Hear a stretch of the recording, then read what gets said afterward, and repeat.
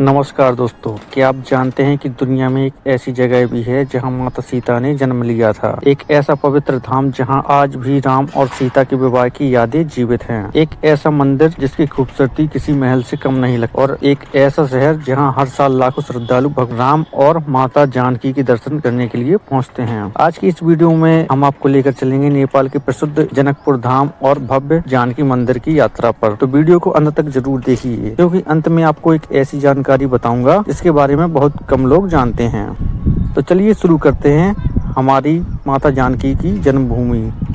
तो हमारी यात्रा भारत शुरू होती है। बिहार के सीतामढ़ी और जयनगर बॉर्डर से जनकपुर पहुंचना सबसे आसान माना जाता है। भारत और नेपाल के बीच खुली सीमा होने के कारण भारतीय नागरिक बिना वीजा के नेपाल जा सकते हैं। जैसे जैसे हम जनकपुर शहर की ओर बढ़ते हैं, सड़क के दोनों तरफ मिथिला संस्कृति की झलक दिखाई देने लगती है। यहाँ की भाषा, पहनावा और संस्कृति भारत के मिथिला क्षेत्र से काफी मिलती जुलती है। दोस्तों, अगर जनकपुर का नाम सुनते ही सबसे पहले राजा जनक और माता सीता की याद आती है। पौराणिक मान्यताओं के अनुसार यह वही भूमि है जहां राजा जनक का राज्य हुआ करता था। इसी नगरी में माता सीता का पालन पोषण हुआ और यहीं भगवान श्री राम ने धनुष तोड़कर माता सीता का स्वयंवर जीता था। इसी वजह से जनकपुर को रामायण की सबसे महत्वपूर्ण नगरियों में गिना जाता है। लाखों श्रद्धालु हर वर्ष यहाँ दर्शन करने के लिए आते हैं। और अब हम पहुँच चुके हैं जनकपुर की सबसे प्रसिद्ध पहचान भव्य जानकी मंदिर में। पहली नजर में यह मंदिर किसी राजमहल से कम नहीं लगता। सफेद संगमरमर से बना यह 3 मंजिला मंदिर अपनी खूबसूरती के लिए दुनिया भर में प्रसिद्ध है। इसका निर्माण लगभग 1910 ईस्वी में कराया गया था। मंदिर को 9 मंदिर भी कहा जाता है, क्योंकि इसके निर्माण में उस समय 9 लाख रुपए खर्च हुए थे।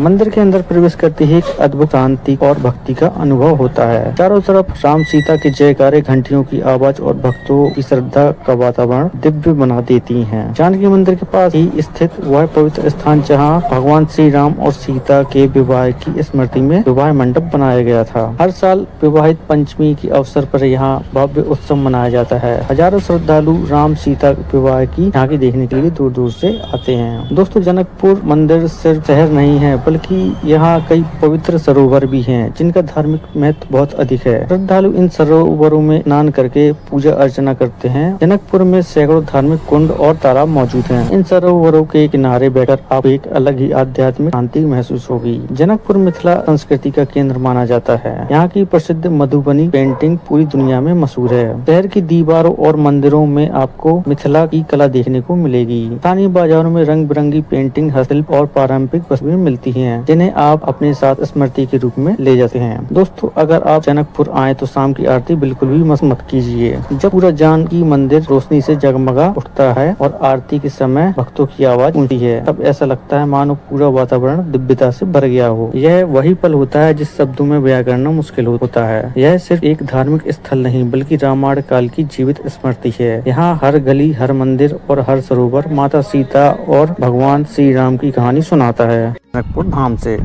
जनकपुर नेपाल के मध्य प्रदेश में स्थित एक ऐतिहासिक और धार्मिक नगर है। यह भारत नेपाल सीमा के काफी निकट है और बिहार के सीतामढ़ी क्षेत्र में इसका विशेष धार्मिक संबंध माना जाता है। जनकपुर को प्राचीन मिथिला नगरी भी कहा जाता है। हिंदू मान्यताओं के अनुसार यह वही स्थान है जहाँ मिथिला के राजा जनक का राज्य था और जहाँ माता सीता ने जन्म लिया था। इसी कारण इसे जानकी की नगरी भी कहा जाता है। पौराणिक कथाओं के अनुसार एक समय मिथिला में भयंकर अकाल पड़ा। ऋषियों के सुझाव पर उन्होंने स्वयं खेत जोतने का निर्णय लिया। जब राजा जनक हल चला रहे थे, तभी धरती से एक दिव्य कन्या प्रकट हुई। राजा जनक ने उस बालिका को ईश्वर का वरदान मानकर अपनाया। क्योंकि वह धरती से प्राप्त हुई थी, इसलिए उन्हें भूमिजक कहा गया। यही बालिका आगे चलकर माता सीता के नाम से प्रसिद्ध हुई। सीता जी के जन्म से मिथिला में और समृद्धि लौट आई। इसी कारण जनकपुर को माता सीता की जन्मभूमि माना जाता है। जब माता सीता युवावस्था में पहुंची, तब उनके विवाह के लिए स्वयंवर आयोजित किया गया। राजा जनक ने घोषणा की कि जो शिव जी के दिव्य धनुष को उठाकर प्रत्येक